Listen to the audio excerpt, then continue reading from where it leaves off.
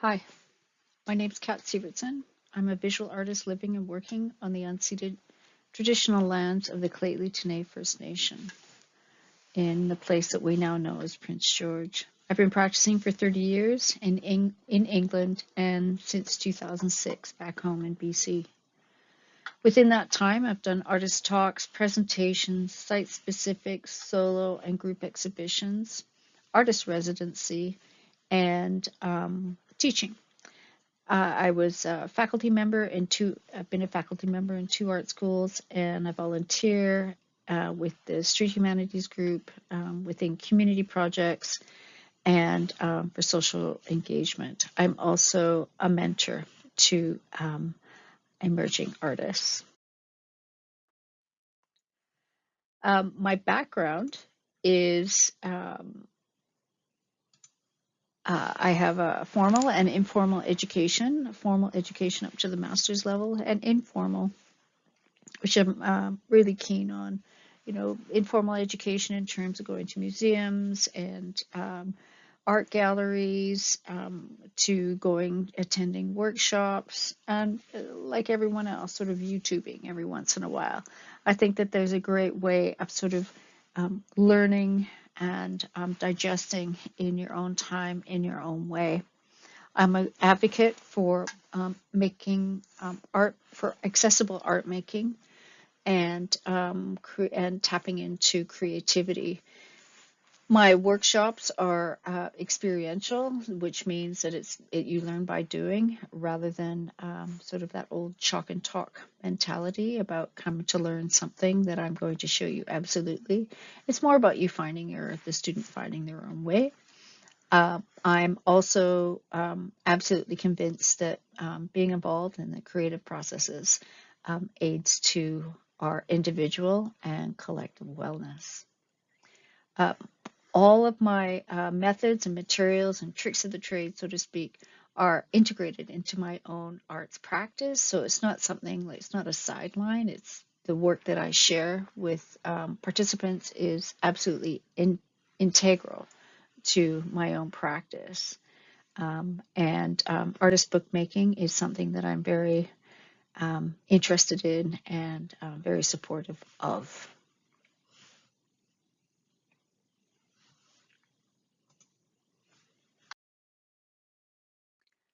The principles that I stand by with my workshop ethos is that it's all about relationships and relationships in terms of social engagement. I think if COVID did anything, it certainly pointed out that um, being socially engaged is critical to our wellness and our cohesiveness in our communities. And of course, COVID also pointed out that creativity is the way to keep everyone socially connected, even though we couldn't do that together. I am the relationship building is for oneself in terms of how you know and see yourself to learn more about who you are, not how you are, and also a relationship with the practice of creativity and the practice of art making. All of the workshops are based around a concept or a theme, and in particular, this workshop is based around the idea of sense of place. So how we bring ourselves into place and or landscape and or how we place ourselves within the landscape and what our ideas around that are.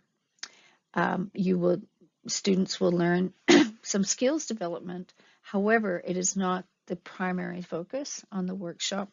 It's about playing with materials and working with materials in order to find not a solution to the question, but an idea around the question that's formed at the beginning. And the question in this case is about place, and I'll talk a little bit more about that in a minute.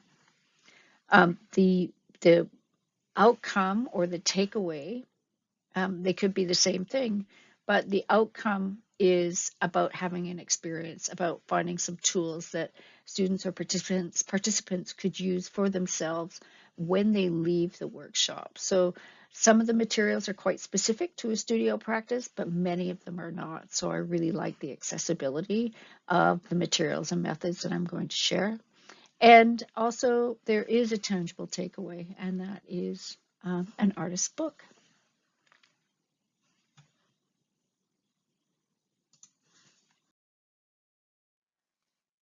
Because of my background in education, I'm absolutely convinced that a good workshop is organized, it has a plan, it has timing, it has everything integrated into it so that, and obviously things come up and things change, but as long as you have the sort of the basis of a general plan, it should all go to plan.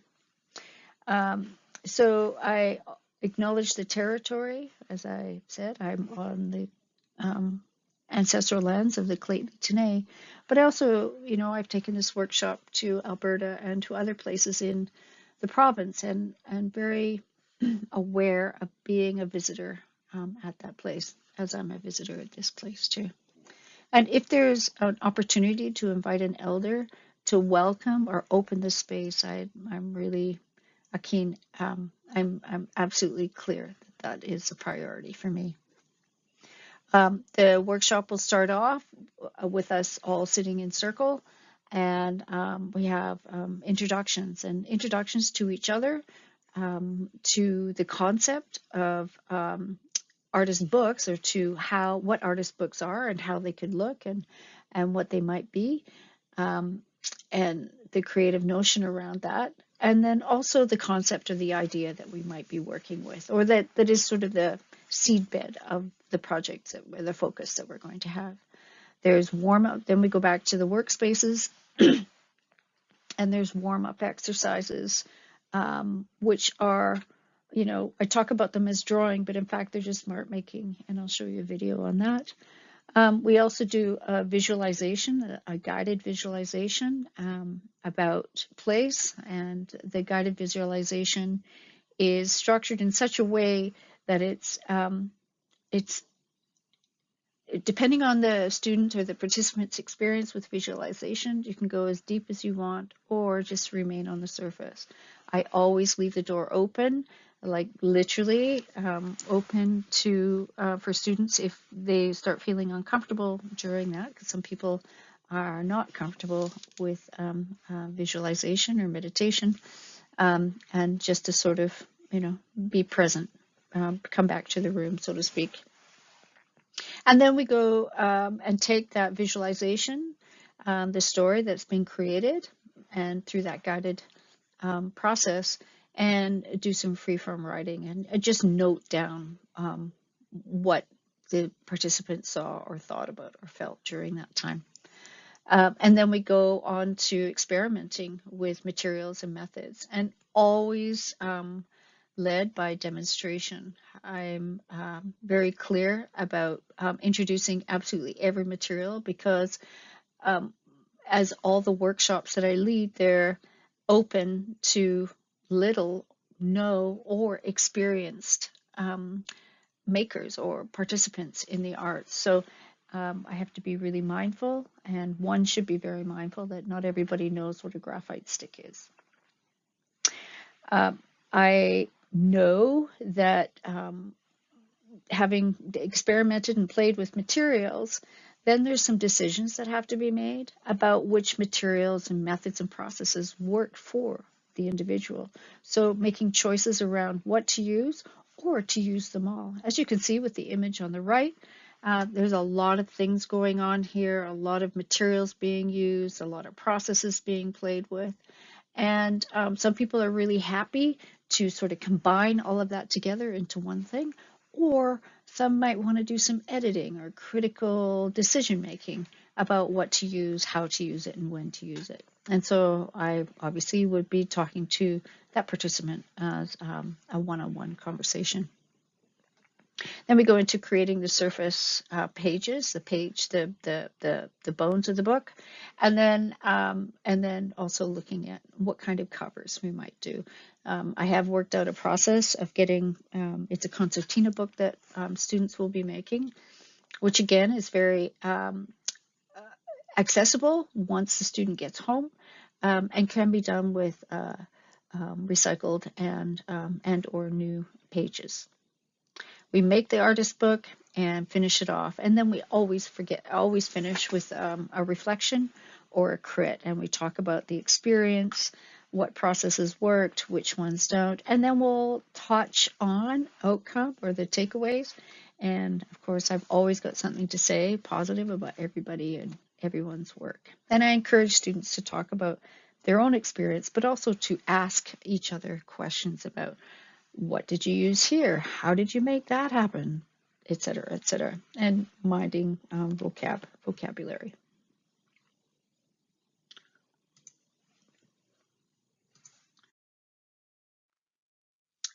So with materials, um, I bring a lot of materials, most of the materials myself, and I have quite a great studio collection. And we will be using materials to draw with, write with, to do tricks of the trade for transferring images, including printmaking. And then we'll also look at maybe some making, like how we can add further materials onto, like say, those beautiful sunflower petals could be added onto the pages if the student was thinking like, okay, that's kind of cool. I think I'll play with that for a bit.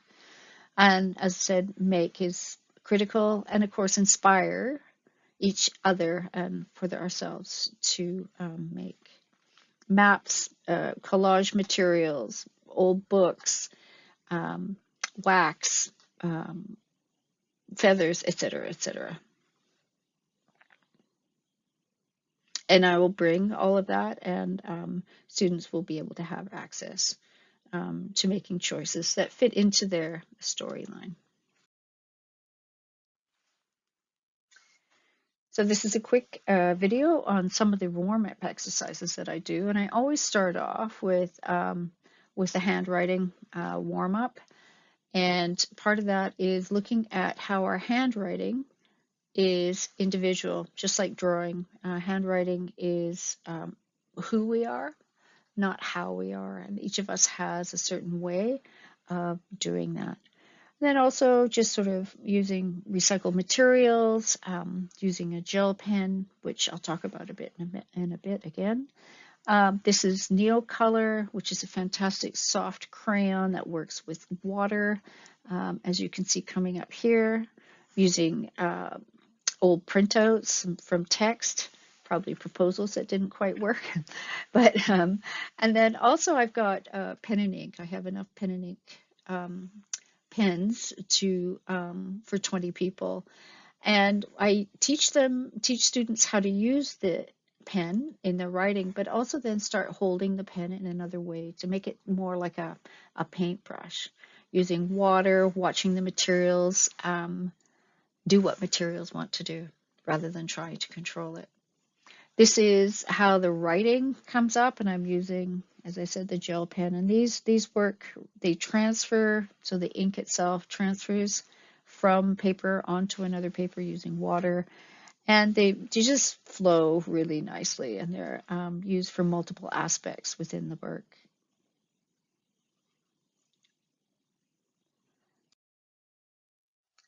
And now we're going to look at a little bit about method, and method being more along printmaking. So using transfer techniques.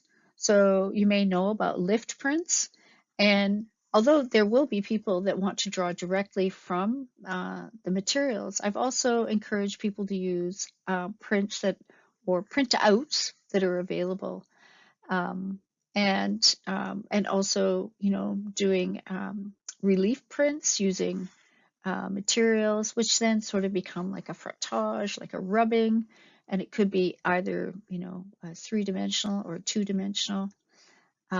This is using the other side of that drawn bird, and then you can see that some of the gel pen has been transferred from one page onto the next. And that just gives participants access to what they might think about doing rather than worrying about trying to make something as they see it. This is using that same printout on my Epsom printer with a particular ink. It transfers beautifully. Here I'm using carbon paper to add more drawing into that transfer print. And this is not, I'm showing and sharing materials. I'm not saying this is the way I want you to do it, but this is what you could do, which is really freeing in terms of getting a lot down on the paper quite quickly rather than laboring over it. And I know a lot of students, participants who don't have that much experience really worry about what's going to happen and sort of question time. Then we get to the part where it's time to sort of put it all down on the paper. And so again, just sort of maybe talk to students like sort of, halfway through the workshop, we've done all the experimenting, we've got the storyline, and now we're going to make some decisions about how we're going to put it together. And I am really clear about editing. You don't have to tell the whole story. You want the viewer, or you want the artwork or the piece or the artist book to tell its story. You're planting a seed of a story into this, but it's not necessarily verbatim that story. So again, I'm doing some transfer methods using those printouts, carbon paper, and collaging onto that. And I am now using the drawing that I did and some more prints, spraying those on, rubbing them, and then we get a print made out of it. Using feathers. And now I'm going to draw back into that transferred print from the printer.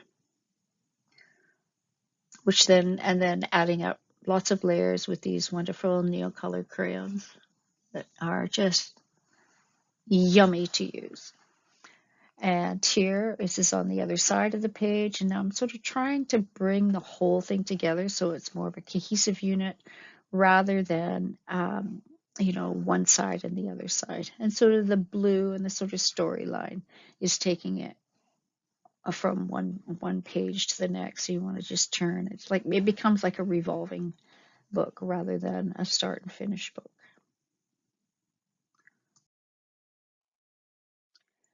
So putting the book together and finishing it off, as I mentioned earlier, that I do have sort of a formula that I use in terms of the folding, and we go through that before we even start putting the marks down. We sort of indicate where the front page is, or the front cover, and where the back or the second cover might be.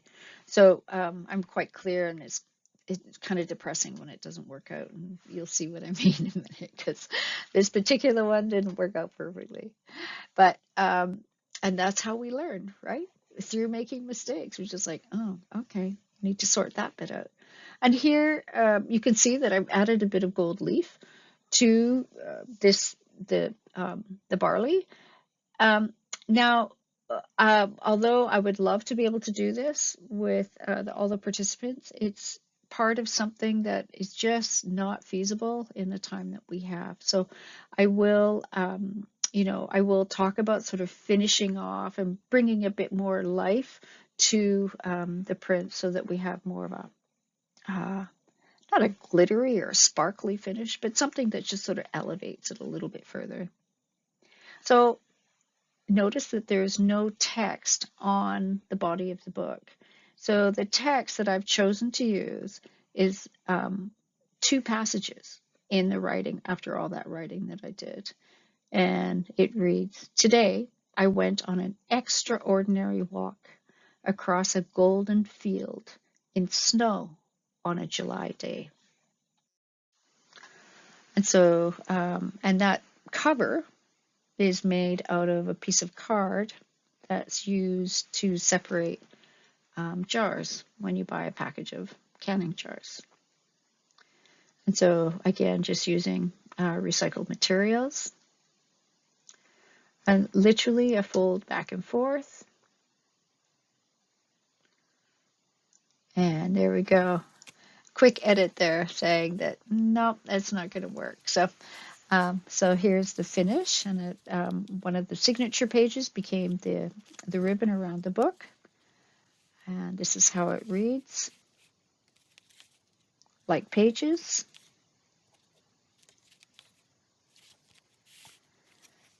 And then inside the circle, I was gifted lost memories of Hummingbird Down. And so there's sort of an idea of what goes on. I know exactly what the story is, but I haven't told it all. And there we go.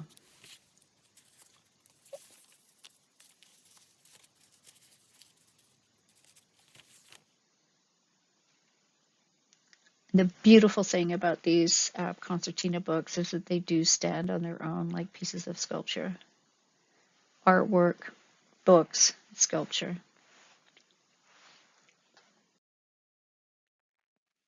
Here we have just a quick view of some students' work that I did 2 summers ago, 2021, after 2021, that is coming up 2 summers ago. Wow. Um, the project for this one was about place, but it was about a garden and bringing the garden inside. And so the visualization was kind of framed around that.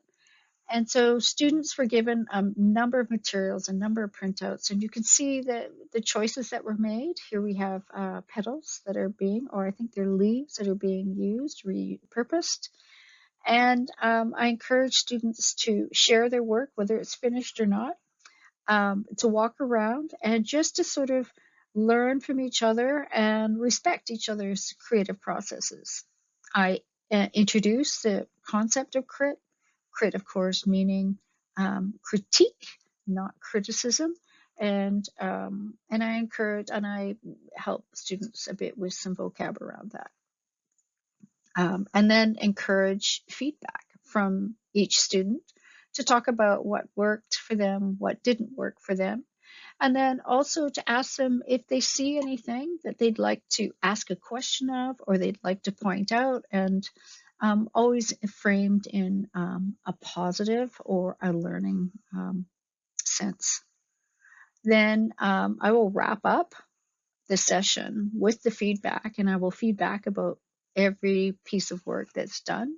I'll have something to say, and we over the 3 or 4 hours, I've created relationships with each of them, and I know certain ins and outs about where they may have struggled, where they may have been surprised, and we'll have a conversation around that. And part of that feedback and that wrap up is to aid in everyone's learning. Because what's the point of coming to a workshop unless you're sharing practice? And then I will wrap up the session acknowledging their students' trust in coming into the space and sharing their part of their creative selves and their hearts, and appreciate the session that we've all had together. So, and that's pretty much it for a very quick review on what could happen at the workshop.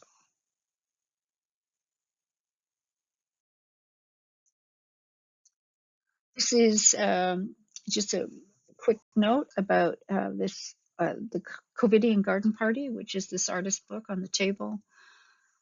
It's, 18 feet across in diameter, and it's 24 artists from England, Germany, Scotland, Ireland, France, and Canada, who contributed a specific page that I sent to them, framed in a story about basically what's the point kind of story, and what's the point and what's the practice of an artist during COVID. And so these are their responses, and most of it's around place and situation. And all of these artists are relationships that I've built up over the years. And if you wanted to see more about that, you can go to my YouTube page or my website. Information is there. And let's meet, with my groovy glasses on, and I hope to meet you in person soon. Thank you for listening.